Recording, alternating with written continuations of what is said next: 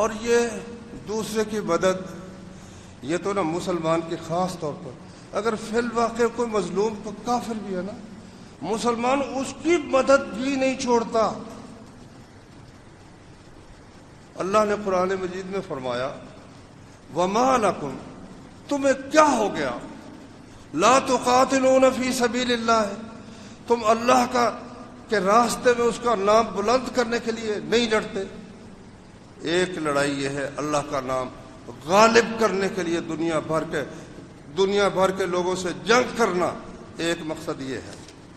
والمستضعفین من الرجال والنساء والولدان الذین یقولون ربنا اخرجنا من هذه القریة الظالم اہلها، ان کمزور مردوں، عورتوں اور بچوں کی خاطر تم کیوں نہیں لڑتے؟ ان مستضعفین، کمزور اور بے بس مردوں، عورتوں اور بچوں کی خاطر، جو کہتے ہیں اے ہمارے رب ہمیں اس بستی سے نکال لے جس کے رہنے والے ظالم ہیں، اور اپنی جناب سے ہمیں کوئی مددگار بھیج دے، کوئی اپنی جناب سے ہمارا کوئی دوست جو ہم سے محبت کرے بھیج دے، کوئی ہماری مدد کرنے والا یا اللہ بھیج دے، تم ان کے لیے کیوں نہیں لڑتے؟ اب یہاں قابل غور بات یہ ہے کہ ان کمزور اور بے بس لوگوں کے لیے مسلمان ہونے کی اللہ نے شرط نہیں لگائی۔ اگر کوئی مظلوم ہے، کافر ہے، اور اس پر کوئی کافری ظلم کر رہا ہے، یا مسلمان کر رہا ہے یا کوئی کافر کر رہا ہے، اس کی مدد کرنا بھی ہم پر مسلمانوں پر فرض ہے۔ اب دیکھو دنیا بھر میں سب سے زیادہ مظلوم و مقہور اپنے ہی لوگوں کے ہاتھوں، اپنی قوم کے ہاتھوں، شودر سے بڑھ کر کوئی ہے؟ ہندو ہے، 4 ان کی قومیں ہیں، برہمن ہے، ویش ہے، کھتری ہیں اور شودر ہے۔ شودر ان کی مذہبی کتاب اگر سن لے تو ان کا قاعدہ یہ ہے، دیکھو یہ بھی عجیب، دنیا کا اس سے غلیظ مذہب ہو کوئی نہیں سکتا، ہر دین چاہتا ہے کہ میری کتاب ہر بندہ سنے اور اس میں شامل ہو۔ یہ کہتے ہیں ہماری جو مقدس کتاب ہے سوائے برہمن کے کوئی سنے ہی نہیں، اگر شودر سن لے گا نا اس کے کان میں سکہ پگھلا کر ڈال دو، جیتا ہے تو جیتا رہے، مرتا ہے تو مر جائے۔ کسی شودر یا دوسرے ہندو کو ہاتھ لگا لے تو وہ پلید ہو جاتا ہے۔ اتنی مظلوم قوم ان کے قابو آئی ہوئی ہے۔ مسلمانوں پر کیا فرض نہیں کہ ان کے چنگل سے، ان کے پنجے سے ان کو رہائی دلوائیں؟ نبوت سے پہلے نبی کریم صلی اللہ علیہ وسلم نے فرمایا، تاریخ ابن کثیر میں ہے کہ رسول اللہ صلی اللہ علیہ وسلم کی اس وقت عمر 20 سال سے کچھ زیادہ تھی، تو عبداللہ بن جدعان ایک صاحب تھے، ان کے گھر میں کچھ نوجوانوں نے آپس میں ایک حلف اٹھائی، اس کو حلف الفضول کہتے ہیں۔ یہ تھا کہ بھائی مکہ مکرمہ میں لوگ آتے ہیں دور دراز، یہاں کے جو بدماش ہیں، چودھری ہیں، وہ ان کا حق مار جاتے ہیں، ہاں جی، ان کا حق نہیں دیتے، چیز خرید لیتے، پیسے نہیں دیتے، خواہ مخواہ ان کا مذاق اڑاتے ہیں، کبھی ان کو مار لیتے ہیں۔ اس وقت جب تک آپ نبی نہیں بنے تھے، اس وقت آپ نے عبداللہ بن جدعان کے گھر میں بیٹھ کر چند نوجوانوں کے ساتھ ایک آپس میں حلف اٹھائی، اللہ کی قسم ہم مظلوم کی ہر صورت میں مدد کریں، اور فرمایا آپ نے آج بھی مجھے کوئی اس حلف، اس قسم کے لیے بلائے کہ مجھ شرکت کرو تو میں آج بھی اس کے لیے شرکت کرنے پر تیار ہوں۔ رسول اللہ صلی اللہ علیہ وسلم نے سیرت کی کتابوں میں لکھا ہے، ایک بندہ آیا مکے میں، کیونکہ مکہ بہت بڑی منڈی تھی، تمام دنیا سے لوگ آتے تھے، اونٹ لایا، کچھ اونٹ اس نے فروخت کیے، ابو جہل نے وہ اونٹ خرید لیے، چودھری تھا، وہ بدماش تھا، بڑا فرعون تھا، پیسے ٹال مٹول کرنے لگ گیا، ٹال مٹول، پھر اس نے کچھ اس قسم کا بھی کہہ دیا بھائی جو مرضی کر لے بھائی۔ اب وہ ایک بندے کے پاس گیا، یار میری مدد کرو، دوسرے کے پاس گیا، میری مدد کرو، تو مذاق کے لیے نا کسی نے چھیڑنے کے لیے اسے کہا محمد کے پاس جاؤ، آپ اس وقت نبوت کا اعلان کر چکے تھے، محمد کے پاس جاؤ، ان سے کہو کہ یہ تمہیں پیسے تمہیں دلوا سکتے ہیں۔ اس کو کیا خبر کہ یہ مجھ سے مذاق کر رہے ہیں یا کیا کر رہے ہیں۔ وہ خیر گیا نبی صلی اللہ علیہ وسلم کے پاس کہ جی اس طرح اس نے عمر بن ہشام، اس کا نام تھا عمر بن ہشام، ابو جہل کا نام، اس لیے آپ نے فرمایا تھا کہ یا اللہ یہ دو جو عمر ہے نا، ایک عمر بن خطاب اور ایک عمر بن ہشام، جو تجھے ان میں سے زیادہ پیارا ہے نا وہ مجھے دے دے۔ تو اللہ نے دوسرے دن ہی عمر بن خطاب رسول اللہ کو دے دیا صلی اللہ علیہ وسلم، اس کا نام عمر بن ہشام تھا۔ خیر گئے، دروازہ کھڑکایا، کہتا کون؟ کہتا میں محمد ہوں، ذرا باہر نکلو۔ اب بڑا ویسے پاٹے خان تھا، لیکن سیرت کی کتابوں میں لکھا ہے کہ نکلا نا، رنگ چہرے پر خون کا قطرہ نظر نہیں آتا، پیلا رنگ اور ڈرا ہوا۔ ہاں جی کیا بات ہے؟ فرمایا بھی اس کا تم نے اونٹ لیے ہیں تو دو پیسے دو نا۔ کہتا جی میں ابھی دیتا ہوں۔ اندر گیا، آ کر پیسے دے دیے اور واپس گیا، اور جنہوں نے بھیجا تھا وہ انتظار میں تھے بھی کیا ہوتا ہے۔ ہاں سناؤ۔ کہتا اللہ تمہیں جزائے خیر دے، تم نے ایسا بندہ بتایا کہ اس نے جا کر بات کی ہے تو اس نے دوسری بات ہی نہیں کی، فوراً مجھے پیسے لا کر اس نے دے دی۔ نبی کریم صلی اللہ علیہ وسلم کی پوری زندگی اس کی مثال ہے۔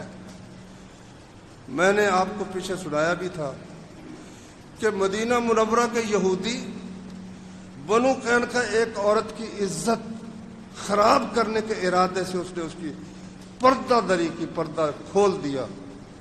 ابھی نبی صلی اللہ علیہ وسلم پاس نہیں تھے، نبی کا ایک پروانہ تھا، اس نے اس کی گردن اتار دی۔ یہودیوں نے اسے قتل کیا تو نبی صلی اللہ علیہ وسلم نے گھیرا ڈال دی۔ جو بد عہدی کرتا یا کسی پر ظلم کرتا مسلمان پر، نبی صلی اللہ علیہ وسلم اسے معاف نہیں کرتے تھے۔ یہ جو مکہ فتح ہوا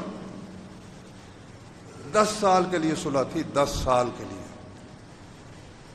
اور اس میں یہ شرط تھی کہ جو قبیلہ چاہے وہ محمد صلی اللہ علیہ وسلم کا حلیف اور ساتھی بن جائے، اور جو قبیلہ چاہے وہ قریش مکہ مشرکین بت پرستوں کا حلیف بن جائے، اور کوئی فریق دوسرے فریق کو کوئی نقصان نہیں پہنچائے گا، نہ ہی اس کے حلیف کو کوئی نقصان پہنچائے گا۔ 1.5 سال صبر کر سکے مشرکین۔ ان کی سرشت میں بد عہدی لکھی ہوئی ہے بھائی، مشرکین کی سرشت میں بد عہدی لکھی ہے، مومن کی سرشت میں وفا اللہ تعالیٰ نے لکھی ہے۔ بنو خزاعہ نبی صلی اللہ علیہ وسلم کے حلیف بن گئے تھے، بنو بکر قریش مکہ کے حلیف بن گئے تھے۔ اب جب ہر طرف امن ہو گیا، کوئی کسی کو پوچھتا، کوئی خطرہ نہیں، رات پہرے شہرے کی ضرورت ہی باقی نہیں رہی، لوگ آرام سے سو رہے ہیں، فکر ہی کوئی نہیں۔ بنو بکر نے سمجھا اب بڑا موقع ہے، وہ جو جاہلیت میں ہمارے بندے یہ لوگ قتل کرتے رہے، اب موقع ہے۔ لو جی انہوں نے رات بنو خزاعہ پر حملہ کیا۔ مکے کے قریشیوں نے ان کی مدد آدمیوں سے بھی کی، اسلحے سے بھی کی۔ وہ بیچارے وہاں سے بھاگے، حرم میں آ گئے، نماز شروع کر دی۔ انہوں نے نماز کی حالت میں بھی انہیں نہ چھوڑا۔ ان کے آدمیوں نے اپنے سردار سے کہا حرم شریف ہے، تم بندے قتل کروا رہے ہو حرم میں نماز کی حالت۔ وہ کہتا تو پھر کیا ہوا؟ پھر کیا ہوا؟ تو تم یہاں حرم میں چوریاں نہیں کرتے؟ یہاں چوریاں جو کرتے ہو حاجیوں کی، تو یہ ہو گیا تو کیا ہو؟ یہ اس نے فضول بات کی۔ شیطان یہ 2 باتیں بڑی خطرناک باتیں ہیں جن کے ذریعے لوگوں کو گمراہ کرتا ہے۔ حافظ ابن حزم رحمۃ اللہ علیہ نے فرمایا، ایک تو یہ کہ جب کوئی آدمی غلط کام کرتا ہے اور اسے کوئی سمجھائے یا اس کے دل سے آواز اٹھے بھی یہ تم کیوں غلط کام کرتے ہو، تو وہ کہتا ہے کہ میں اکیلا تھوڑا کرتا ہوں، وہ مولوی بھی تو کرتا ہے، وہ علامہ صاحب بھی تو کرتا ہے، سبھی کرتے ہیں، میں نے کر لیا تو کیا ہو گیا؟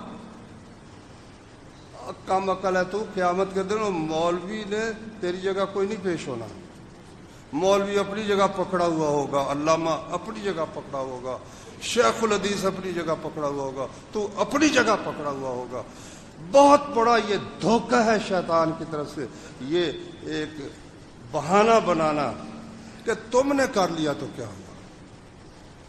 اگر سود پر رقم لے لی تو دیکھو نا، بڑے بڑے مولوی لیتے ہیں، کیا ہے اس میں؟ داڑھی اگر کترا لی تو بڑے بڑے علامے کتراتے ہیں، تم نے کترا لی تو کیا ہوا؟ وہ بچ گئے تو ہم بھی بچ گئے۔ بہت بڑا دھوکہ۔ دوسرا بہت بڑا دھوکہ یہ ہے کہ وہ انسان کو کہتا ہے، اگر کہے نا بندہ یار تو یہ غلط کام کرتا ہے، تو کہتا ہے کیا ہوا؟ تو فلانا بھی تو غلط کام کرتا ہے، اگر وہ کرتا ہے تو یہ کر لیا تو کیا ہوگا؟ نہ، یہ دونوں باتیں بھائیوں بہت غلط ہیں۔ تو بنو بکر کے اس سردار کو لوگوں نے کہا، اور حرم میں بندے قتل کروا رہے ہو؟ اس نے کہا تو چوریاں بھی تو تم کرتے ہو نا، حرم شریف میں حاجیوں کا مال چرا کے لے جاتے ہو، بندہ قتل ہو گیا تو کیا؟ اللہ اکبر۔ ان کا ایک وفد رسول اللہ صلی اللہ علیہ وسلم کے پاس گیا، بنو خزاعہ کا، جا کر فریاد کی، یا رسول اللہ انہوں نے ہمیں حرم میں بھی نہیں چھوڑا، انہوں نے ہمیں سجدے کرتے ہوئے، نماز پڑھتے ہوئے قتل کر دیا۔ فرمایا تمہاری مدد کے لیے میں آ رہا، اور اللہ سے دعا کی، یا اللہ جاسوسوں کو روک دے، ان کو خبر نہ ہو کہ ہم حملے کے لیے آ رہے ہیں، کیونکہ اگر تیاری کریں گے تو لڑائی میں خون زیادہ بہے گا۔ تو تیاری کر لی، 10,000 کا لشکر لے کر، 10,000 کا لشکر لے کر نبی صلی اللہ علیہ وسلم تشریف لائے، مکہ فتح ہو گیا۔ قصہ بہرحال کئی دفعہ میں نے سنایا ہے، اور سیرت کے قصے، قرآن مجید کے واقعات اور آیات یہ کبھی پرانی ہوتی نہیں ہے، جتنی دفعہ ان کو بیان کرو نئی سے نئی لذت اس میں اللہ تعالیٰ نے رکھی ہوئی ہے۔ تو دیکھ لو، نبی صلی اللہ علیہ وسلم نے برداشت نہیں کیا، مکہ کو فتح کر لیا۔ آپ نے ایک خط دے کر بھیجا اپنے ایک صحابی کو، تو راستے میں ایک ریاست تھی، سمجھ لو اس کے جو بادشاہ تھا، اس نے انہیں سفیر کو قتل کر دیا۔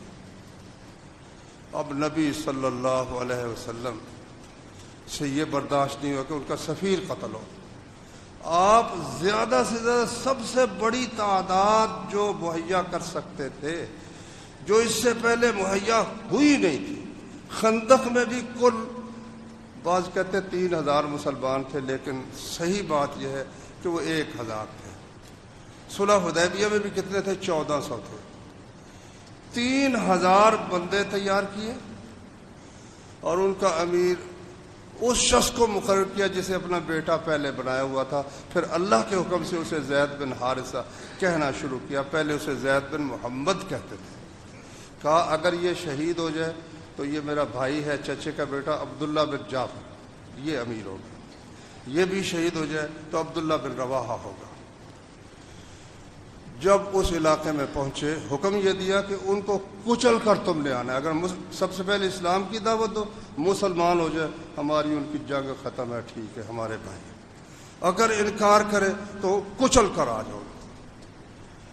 کچلنا کیا تھا؟ جب وہاں پہنچے تو 1,00,000 عرب کٹھے ہو گئے تھے، اور 1,00,000 ہی ان کو ہرقل عیسائیوں کی مدد ہو گئی، 2,00,000 کا لشکر اکٹھا ہو چکا تھا۔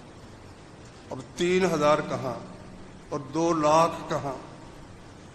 ایک بندے کے مقابلے میں 66 آدمی آتے، 66 بندے، اور لڑائی کو یہ نہیں کہ بندوق چلانی ہے تو وہ چھٹا پھر جانا ہے، یہی تیر تلوار کی لڑائی ہے، بازو کشتی کی لڑائی ہے۔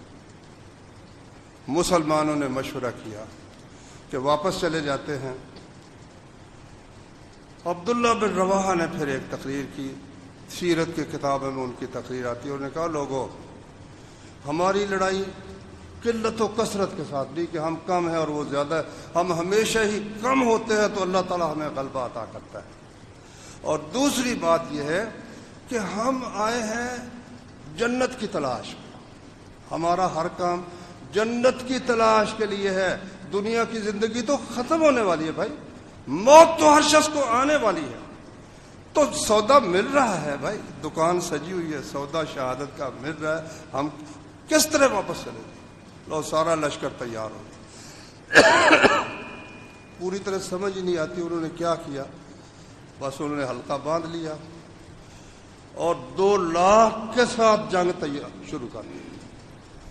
مسجد نبی میں بیٹھے ہوئے محمد الرسول اللہ صلی اللہ علیہ وسلم، اللہ تعالیٰ میدان جنگ کا نقشہ ان کے سامنے رکھے ہوئے ہیں، آنکھوں سے آنسو بہ رہے. فرمایا اب زید بن حارثہ شہید ہو گئے. کچھ دیر کے بعد فرمایا اب جعفر بن ابی طالب حضرت علی کے بھائی وہ بھی شہید ہو گئے. پھر فرمایا کہ اب عبداللہ بن رواحہ بھی شہید ہو گئے. پھر کہا کہ اب اللہ کی تلواروں میں سے ایک تلوار نے جھنڈا پکڑ لیا ہے اور اللہ نے ان کے ہاتھ پر مسلمانوں کو فتح عطا فرما دی. یہ بخاری شریف کی حدیث ہے. اچھا، سیرت کی کتابوں میں ذرا اس کو اور انداز سے بیان کیا ہے. وہ یہ ہے کہ جب خالد بن ولید رضی اللہ عنہ امیر بنے تو ایسی بے جگری سے لڑے. وہ کہتے ہیں کہ 9 تلواریں میرے ہاتھ میں اتنے زور سے مارتے کہ تلوار ٹوٹ جاتی. آخر میں ایک چوڑی تلوار تھی بگدے جیسی، کہتے یمن کی بنی ہوئی تھی، وہ بچی ٹوٹنے سے، باقی 9 تلواریں میرے ہاتھ سے ٹوٹ گئی. اور انہوں نے ساتھ ہی اللہ نے کیا سمجھ عطا کی تھی، فوراً پوزیشنیں بدل دینے کا حکم دیا. ہر مجاہد کو حکم دیا کہ پوزیشن بدل کر دوسری طرف چلا جائے. اب وہ لوگ جو اب تک لڑ رہے تھے اور مسلمانوں کی تلوار کی تیزی اور اس کی جو کڑواہٹ ہے اس کا مزہ چکھ چکے تھے، انہوں نے یکلخ دیکھا کہ بندے اور آ گئے. ان کے دل میں اللہ نے رعب ڈال دیا کہ لشکر پیچھے سے ان کی مدد کو پہنچ چکا. بس ہمت ٹوٹ گئی. ادھر اب ان 3000 کو بچانا کوئی چھوٹا کام نہیں تھا. 2 لاکھ سے خالد بن ولید نے حکم دیا بھائی پسپا اختیار ایک طرف نکلو. نکلتے گئے. 2 لاکھ کا لشکر منہ دیکھتا رہ گیا. آگے بڑھ کر پکڑ لے، جرأت نہیں ہوئی اللہ کی قسم. 14 بندے صرف مسلمانوں کے شہید ہوئے، باقی سب اللہ نے بچا لیا. یہ فتح ہے کہ نہیں فتح؟ کوئی کہے جی نہیں وہ مسلمان پیچھے ہٹا، مزہ چکھا کر آئے نا. مگر رسول اللہ صلی اللہ علیہ وسلم کے دل سے وہ بات نکلی نہیں. وفات کے سال آپ نے پھر زید کے بیٹے اسامہ کو جھنڈا باندھ کر دیا اور لشکر تیار کر کے دیا کہ وہیں پر جاؤ، پھر اسلام کی دعوت دو. مسلمان ہو جائے ٹھیک ہے، ورنہ ان کو کچل کر آؤ. جھنڈے کا لشکر کا جھنڈا باندھ دیا، اسامہ کو امیر مقرر کر دیا. اتنے میں آپ بیمار ہو گئے. تو اطلاع، یہ لشکر نکل چکا تھا مدینے سے، ان کو اطلاع ملی تو وہیں ٹھہر گئے. رسول اللہ صلی اللہ علیہ وسلم فوت ہو گئے. اب ہر طرف سے خبریں آنے لگی بھی وہاں بھی بغاوت ہو گئی، وہاں بھی بغاوت ہو گئی. سب نے مشورہ دیا حضرت ابو بکر خلیفۃ المسلمین ان کو کہ مدینہ خالی نہ کرو. یہ کل جو ہماری پونجی ہے، اتنی تعداد مسلمانوں کی، یہ مدینے کی حفاظت کے لیے رہنی چاہیے، ان کو نہ بھیجو. وہ کیا اللہ نے ان کو سمجھ دی تھی. کہتے ہیں یہ جھنڈا اپنے ہاتھ سے باندھا ہے حضرت محمد صلی اللہ علیہ وسلم نے. اب ابو بکر اس کو کھول نہیں سکتا، یہ جائے ہی جائے گا. اچھا، لشکر چلا گیا. بجائے اس کے کہ دشمن حملہ آور ہوتے، پورے عرب میں دھاک بیٹھ گئی کہ ان کی کوئی بہت بڑی تعداد مدینے میں موجود ہے جو انہوں نے اتنی بڑی تعداد کا لشکر نکال دیا ہے. میرے بھائیوں، میں نے یہ ساری بات جو سنائی ہے آپ خوب سمجھ رہے ہیں. کشمیر کو انہوں نے ذبح خانہ بنا دیا، ذبح خانہ. 10 آدمی ایک بندے پر مقرر ہیں. اور آج 18واں دن ہے، 15واں دن ہے، یعنی 5 اگست کو ہوا ہے، آج ہے 23، 18واں دن ہے. کرفیو لگا ہوا ہے، انٹرنیٹ بند ہے، کوئی خبر باہر نہیں جا رہی. جو چھن چھن کراتی ہے وہ آپ سنتے رہتے کس طرح. اور ان کا اب منصوبہ یہ ہے کہ ان کو اسپین کی طرح تھے، اندلس کی طرح ان مسلمانوں کو تیگ کر دیا جائے. چھپاتے بھی نہیں ہیں. انہوں نے کہا کہ ہم ہندوؤں کو بسائیں گے، کشمیری کے لڑکیوں کو ہم اپنی بہو بنائیں گے. بھائیوں، وہ جو اللہ نے کہا ہے تم اللہ کے راستے میں کیوں نہیں لڑتے؟ وہ بے بس مسلمان 90% ہمارے بھائی ہیں. بھائی ضرور میری بیٹی کو آ کر کو ہاتھ ڈالے تو میں اٹھوں گا. کیا وہ ہماری بیٹیاں نہیں ہیں؟ یا وہ ہماری بہنیں نہیں ہیں یا ہماری مائیں نہیں ہیں. نہیں، ہم نے یہی سمجھا ہے وہ کشمیر کی، ہمارا ان سے کیا تعلق ہے. نہیں بھائی جان، کرنا پڑے گا، ورنہ آپ بھی آزادی کے نعمت سے اس طرح فائدہ نہیں اٹھا سکیں. تبھی یہ فائدہ اٹھا سکیں گے کہ ہند کے مسلمانوں کی مدد کی جائے، صرف کشمیر نہیں، ہند کو پھر اسی طرح سے مسلمانوں کے ماتحت رکھا جائے جس طرح کہ 1000 سال تک اللہ کے فضل سے مسلمانوں نے کم تعداد میں ہونے کے باوجود یہاں پر سکہ اپنا جمائے رکھا ہے، اسلام کا غلبہ جمائے رکھا ہے. اس کے لیے راستہ ڈھونڈنے والوں کے لیے کوئی مشکل نہیں ہوتا.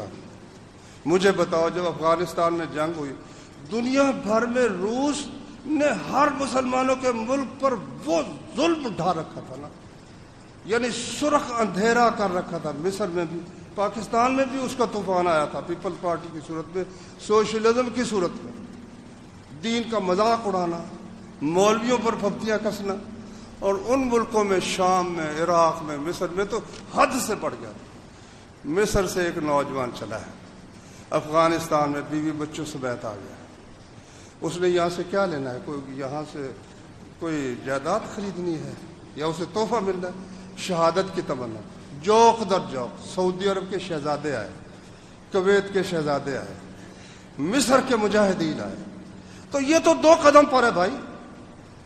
انشاءاللہ آپ تلاش کریں کہ کس راستے سے ہم جا سکتے.